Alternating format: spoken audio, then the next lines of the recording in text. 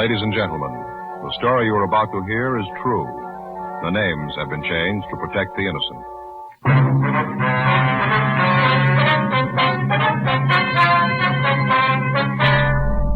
Left wing. Where I can't understand how you have a two-tier system within a caucus. You're making an offer to the Canadian public. You're saying this is what we stand for. The NDP's been clear on this. We know who we are. Right wing. That is not what the Canadian public care about. The Canadian public don't care about the maneuvers in Parliament and the wording of various motions. Somewhere in the middle lies the truth. The bigger the government, the smaller the citizen. This is one of the most important realizations about society you will ever have. What you think you know may not be so. This is the Political Paradox Podcast.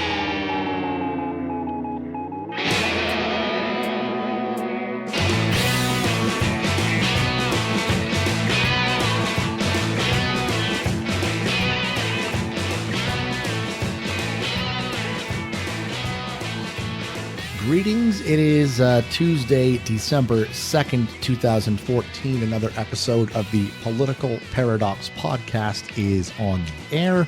I am your host, Paulie Sai, as we take a look at news stories from here in Canada and around the world. Thanks for joining us. I hope you had a good weekend. My weekend was all right. I was a little disappointed. I was looking forward to a movie that was coming out, and by all the websites I visited said it was supposed to be coming out this past Friday on November 28th. It's called The Imitation Game, and it's a movie about a guy named Alan Turing, who's basically considered the the creator or the father of the modern computer. And it's a movie about how the Allied forces in World War II cracked the Nazi secret code through their Enigma machine. And there's lots of documentation out there on the Enigma machine and how it worked, but it was this very elaborate code that the Nazis used during World War II to communicate where they were going to, send their troops in next. And many people thought this code was unbreakable, but the Allied forces, thanks to a guy named Alan Turing, helped shorten the war by an estimated 2 years. And of course, in doing so, saved thousands of lives. And that movie, I believe, is coming out. It was supposed to come out. Well, it did come out on this past Friday in very, very limited release. I think it was only released in New York and Los Angeles. But this Friday, December 5th, it's supposed to be hitting quite a few more theaters, although we might have to wait until December 19th before we see it here in Canada. At least that's my understanding. But the movie is called The Imitation Game. I might have mentioned it last week, but as soon as I see this movie, I'll be offering up a review for sure, because I've been looking forward to seeing it. So very, very cool. As mentioned, this is the Political Paradox Podcast, as we take a look at news stories mainly here in Canada. But although I am going to be starting with the big story in the United States that everybody has been talking about over the last couple of weeks, and that, of course, is the situation in Ferguson, Missouri. Now, I don't want to comment a lot about the actual court case or the jury decision, because the truth of the matter is I wasn't there. You weren't there. We do know some of the evidence that the jury was presented with, and I don't know. I'm not at liberty to say whether the jury made the right decision or not. Now, of course, the protesters in Ferguson, Missouri have a right to be upset, whether it's has a whole racial element to it or not. They do have a right to be upset, because the fact of the reality is police officers are rarely charged with any wrongdoing, even when it looks like there could be a strong case against them. And even in the rare cases that police officers are charged, the conviction rate is extremely low. I was reading an article over the weekend which suggested that the conviction rate for police officers is only 33%, which is half the amount of non-police officers. So there certainly is, possibly something going on there. But what I do know is that the police department in Ferguson, Missouri has mishandled this situation. from day one, going back to last August. You might remember right after the shooting, there was some protests on that first Saturday night. And the police department in Ferguson, Missouri, was quoted ahead of time as saying, "We will not use tear gas on the protesters." But then they did use tear gas on the protesters and then lied about it. And CNN came on and said, yes, tear gas was not used. We've confirmed with our sources that tear gas was not used. They literally said that. We have confirmed with our sources. Well, you know what their source was? The police. And CNN had to come on about an hour later and run a retraction because it was confirmed that tear gas actually was used. So the police went back on their word there. And even going back to the protests last week, while we were waiting for that, whatever it was, the 7 or 8 hours, whatever it was, for that decision to be announced from the jury after it was announced that there was a decision, the police department said that they would not interfere with protesters, ability to, convene peacefully. Now, of course, things got out of hand about an hour after the announcement was made, but right after the announcement was made that Darren Wilson would not be indicted, the police force in Ferguson, Missouri, told protesters that they had unlawfully assembled and that they must leave the scene.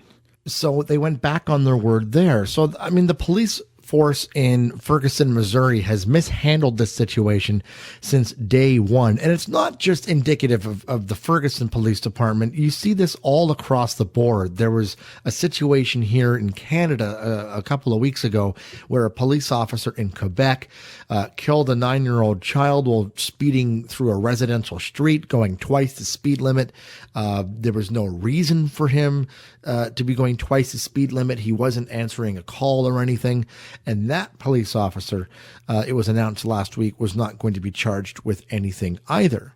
Now, I'm certainly not, condoning the violence in Ferguson, the looting and the rioting that was going on. That is absolutely uncalled for, but and that's a whole different issue. But certainly, these protesters had a right to be upset. Okay, now moving on to Canadian-related news. There has been some resistance up here in Canada lately about ride-sharing services such as Uber and their attempt to enter the Canadian market. Now, for those who are unfamiliar with Uber, it's basically just an application on your cell phone which connects people who are looking for a ride somewhere with people who are willing to give a ride. And it's fairly easy. You have to go through a background check and stuff like that, but it's fairly easy to become one of these drivers. And, if you have some extra time on your hands, you're looking for a secondary income or whatever, and you can use your own car to do it. Now, as you might imagine, the cab companies and the taxi cartels in this country do not like that idea at all. Now, they're objecting this based on their claim is anyway, not on the basis of more competition. They claim that they're all in favor of bringing on more competition. They don't like the fact that, ride sharing services like Uber or Lyft is another one, LYFT. Those are the guys where you got to put the big pink mustache on the front of your car. That's their calling card. The taxi cartels don't like the fact that these services are unregulated.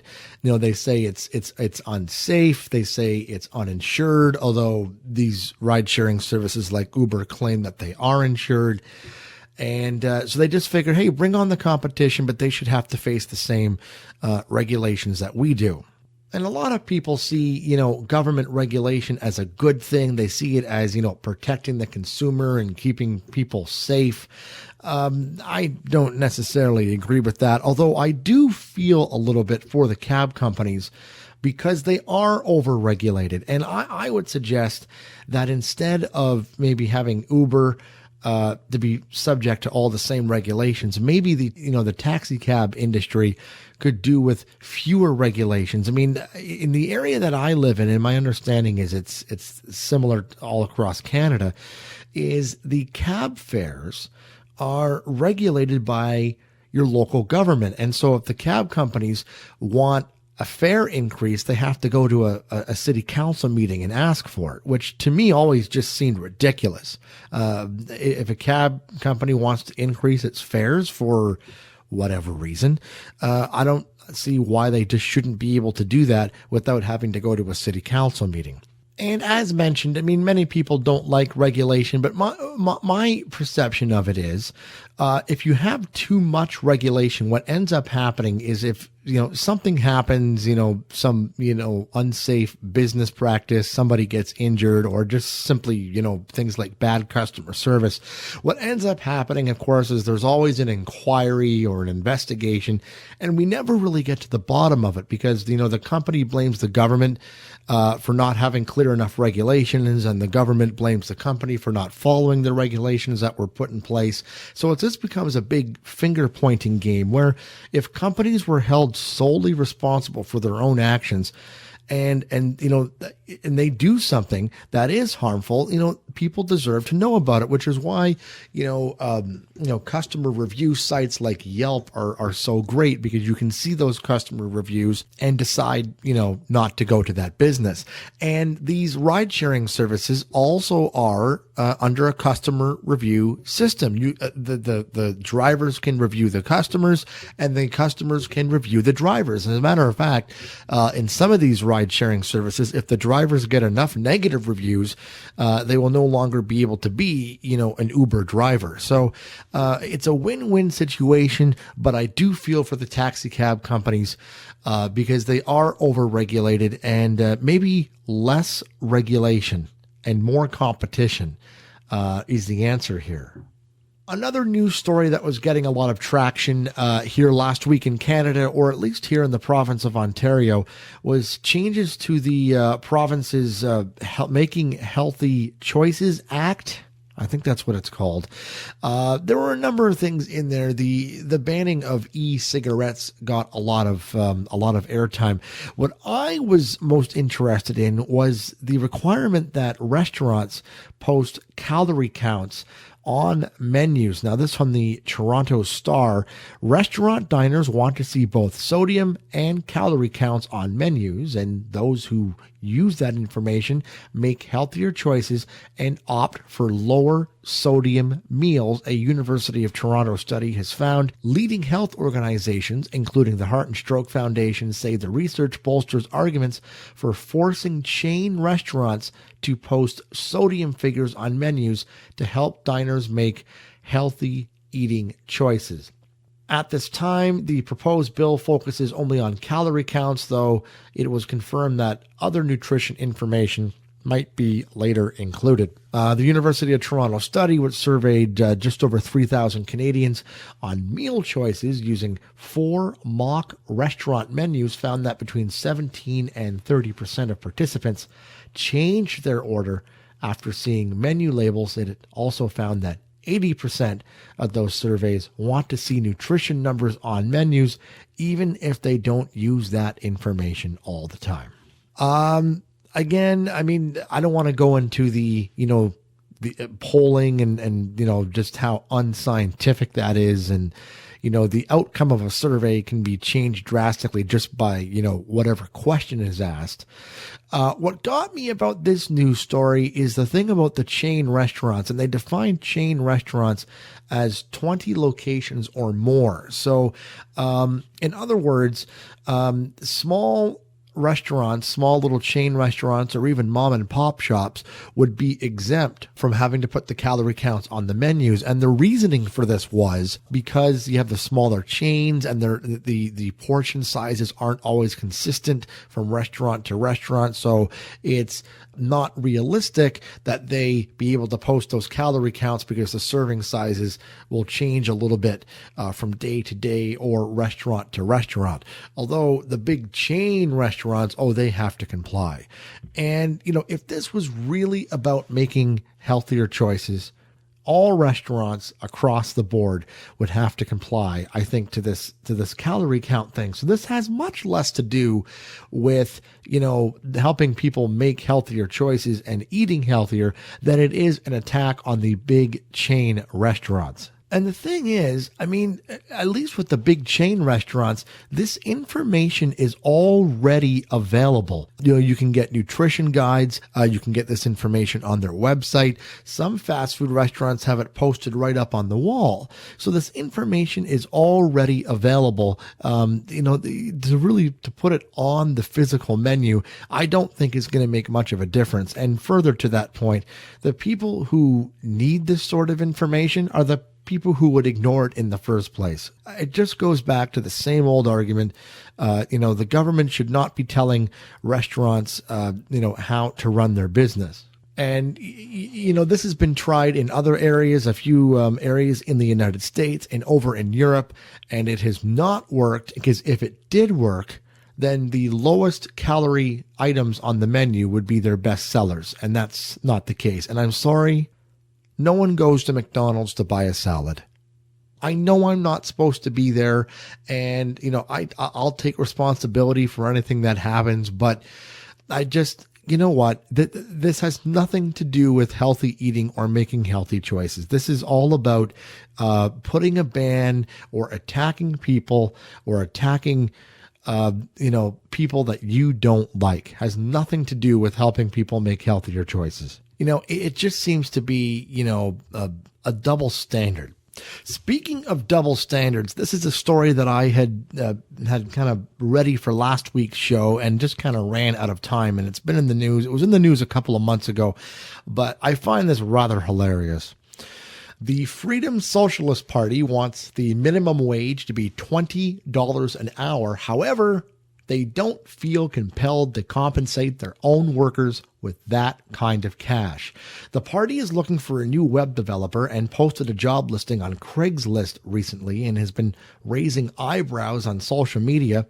Although the average annual salary of a web developer in the U.S. is around $62,500 a year, the Freedom Socialist Party only wants to pay $13 an hour, which would be $26,000 a year.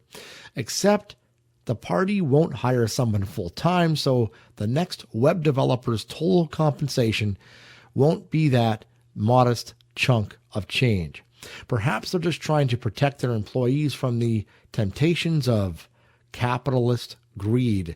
According to the party's last presidential platform, the self-described Marxists want a jobs program at union wages with child care available and no cuts to Social Security, Medicaid, or Medicare, raise the minimum wage to $20 an hour, provide a guaranteed annual income, free medical care for all, including reproductive services, and abortion. Reason Magazine, which is the magazine which posted this article, they contacted the party and confirmed that the listing is legitimate and that in spite of the party's commitment to unionizing laborers, the available position is not a union job. Don't count any of those other sweet benefits either, part-timer. The Freedom Socialist Party applauded the push for a $15 minimum wage in Seattle earlier this year, stating that the city is unlivable otherwise. Compromise destroys solidarity. The party must leave no one behind.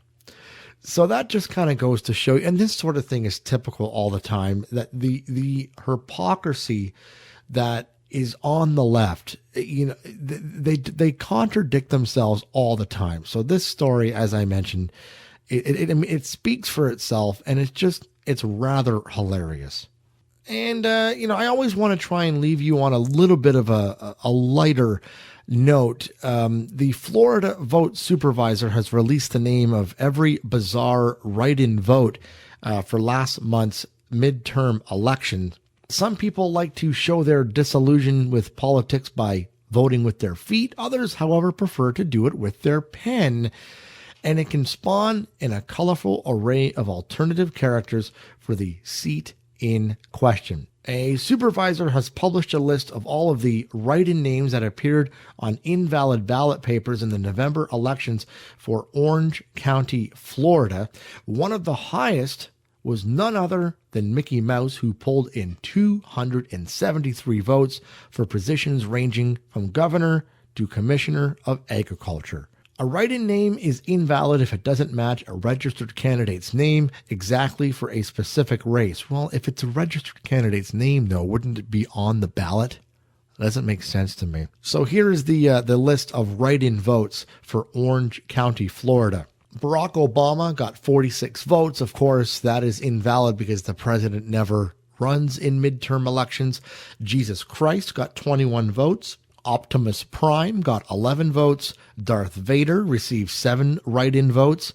Kermit the Frog received 6 votes. Yo Mama received 4 votes. Willie E. Coyote received 3 votes. Kanye West received 2 votes. A. Hitler received 1 vote. And also receiving 1 vote, if this were on the ballot, I would vote for it for sure. Receiving 1 vote, pizza. And that brings us to the end of another Political Paradox podcast. We'll be back in 2 weeks. In the meantime, you can catch us online for our blog, and you can catch past episodes of the Political Paradox podcast by going to politicalparadox.ca. You can also subscribe to us in iTunes as well, so you never miss an episode. Remember last week I was wondering what my out would be? Well, I decided that I would end the show each week with a tribute to one of my political heroes, a guy named Harry Brown. Unfortunately, he is no longer with us. He passed away about, 8 years ago now? So I'm going to leave you with this until next week. Whatever the issue, let freedom offer us 100 choices instead of having government force one answer on everyone. Join us next time.